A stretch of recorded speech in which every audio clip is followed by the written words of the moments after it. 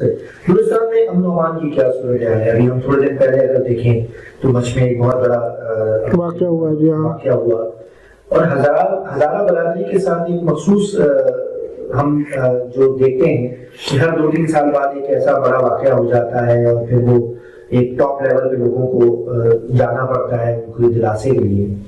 وہ اوور کیا صورتحال ہے امن و امان کی بلوچستان کے اندر، اور یہ ہزارہ برادری کے ساتھ مخصوص کیا صورتحال ہے؟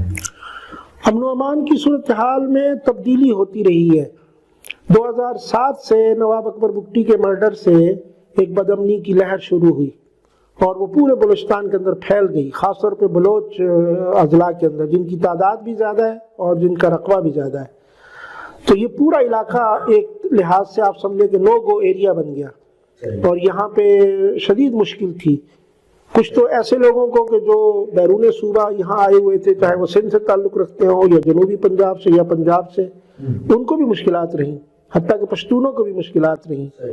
لیکن پھر اس میں یہ تبدیلی ہوئی کہ آہستہ آہستہ یہ فیز گزر گیا، اور بد امنی تو میں سمجھتا ہوں شاید اپنے پرسنٹیج کے لحاظ سے ویسے ہی رہی ہو، لیکن اس کا رخ جو ہے وہ تبدیل ہوا.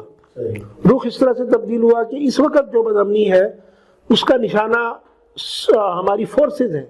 ان میں سول فورسز بھی ہیں، پولیس ہے، نیویز ہے، اس طرح کے دوسرے محکمے ہیں، اور یہ جو آرم فورسز ہیں جس میں ایف سی ہے، جس میں رینجر ٹائپ کوئی، اگر یہ کوسٹ گارڈ ہے، اسی طرح سے فضائیہ کے لوگ ہیں، نیوی کے لوگ ہیں، آرمی ہے براہ راست. اب یہ زیادہ تر یہ لوگ ان کا نشانہ بن رہے ہیں، سویلین کم ہو رہے ہیں، اور جو سویلین کی ٹارگٹ کلنگ تھی وہ ماحول جو ہے ذرا اس کمی کی طرف گیا ہے. یہ فرق تو اس وقت آیا ہے بلوچستان کے اندر بدامنی کا. باقی جو بارڈر کے اوپر بدامنی کی صورتحال ہے وہ تو اصل میں ایک بہت بڑی پراکسی ہے جو بلوچستان کے بارڈر ایریاز کے اوپر، چاہے وہ افغانستان سے ملا ہوا بارڈر ہو، وہ بھی سینکڑوں کلومیٹر کا فاصلہ ہے، اور جو ایران کے ساتھ ہے وہ بھی سینکڑوں کلومیٹر کا فاصلہ ہے. اتنے بڑے بارڈرز کے اوپر یقیناً انتظامی جو مشکلات ہوتی ہیں وہ بہت زیادہ ہوتی ہیں، لیکن انتظامی مشکلات شاید اتنی یہ بدامنی کا باعث نہ بنے جتنا کہ وہاں پہ بیرونی پراکسیز جو ہیں وہ وہاں موجود ہیں. باقاعدہ ایک منافقانہ جنگ ہے. میں تو یہ پراکسی کو پراکسی نہیں کہتا ہوں بلکہ یہ منافقت کہتا ہوں. یعنی ہمارے ملک کے اندر بھی ایسے کردار موجود ہیں کہ جو ایسے اقدامات کرتے ہیں کہ جن سے ہمسایوں کو شکوہ پیدا ہوتا ہے، اور ہمارے ہمسایوں میں بھی ایسی قوتیں موجود ہیں کہ جنہوں نے اپنی وہاں پہ کمین گاہیں بنا رکھی ہیں، اور وہ اندرون پاکستان ایسا کردار ادا کرتے ہیں کہ جس سے پاکستان کو مشکلات پیدا ہوتی ہیں.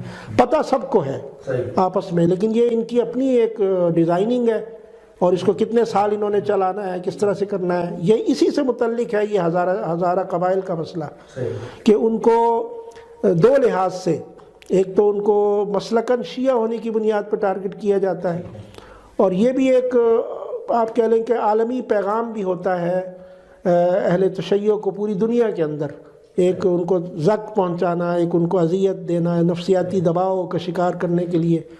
دوسرا، اس کے نتیجے میں بہت ساری ایسی چیزیں ہیں کہ جن کا تعلق تجارت کے ساتھ ہے. بلوچستان کے اندر جو سول سروسز ہیں، اسامیہ ہیں، ملازمتیں ہیں، ان کے ساتھ ہے. تجارت کے اندر ان ہزارہ قبائل کا جتنا بڑا حصہ ہے اس حصے کے ساتھ بھی اس کا تعلق جو ہے وہ موجود ہے. بلکہ اب ایک اور پہلو بھی سامنے آیا ہے کہ یہ کہا جا رہا ہے کہ یہ جو بیرون ملک اسائلم لیتے ہیں یہ ہمارے ہزارہ برادری کے لوگ، آسٹریلیا میں بہت بڑی تعداد آباد ہے، اسی طرح سے کینیڈا میں، ڈنمارک، ناروے، ان ممالک میں اسائلم کو حاصل کرنے کے لیے بھی اس طرح کی بدامنی ان کے لیے بہت زیادہ ایک سافٹ کارنر پیدا کرتی ہے.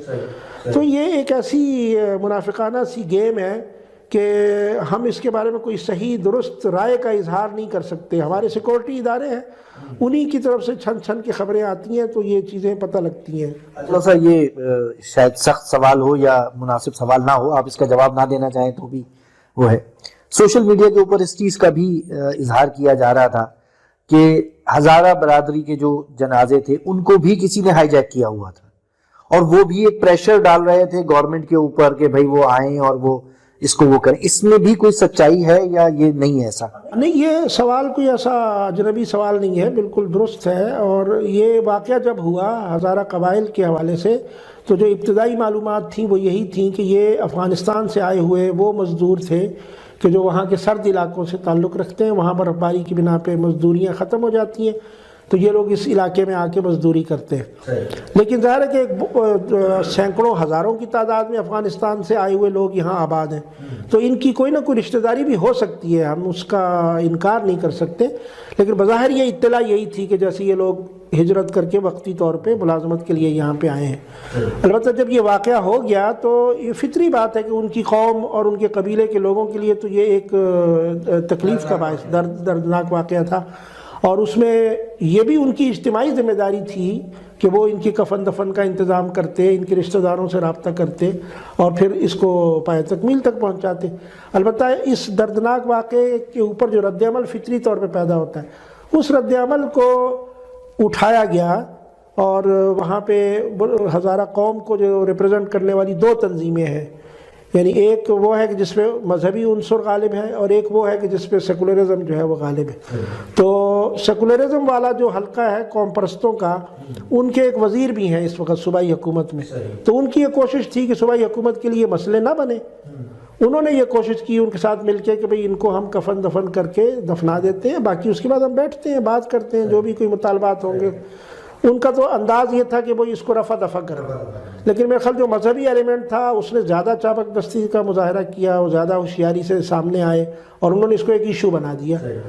اور یہ ایشو ایسا نہیں کہ انہوں نے پہلی مرتبہ میں، پہلے یہ قوم پرستوں نے بھی یہ اسی طرح سے جنازے رکھے جب وہ بم دھماکے میں علمدار روڈ پہ واقعہ ہوا تھا، اس میں تو سب لوگ شریک تھے، مذہبی اور غیر مذہبی کی کوئی تقسیم نہیں تھی.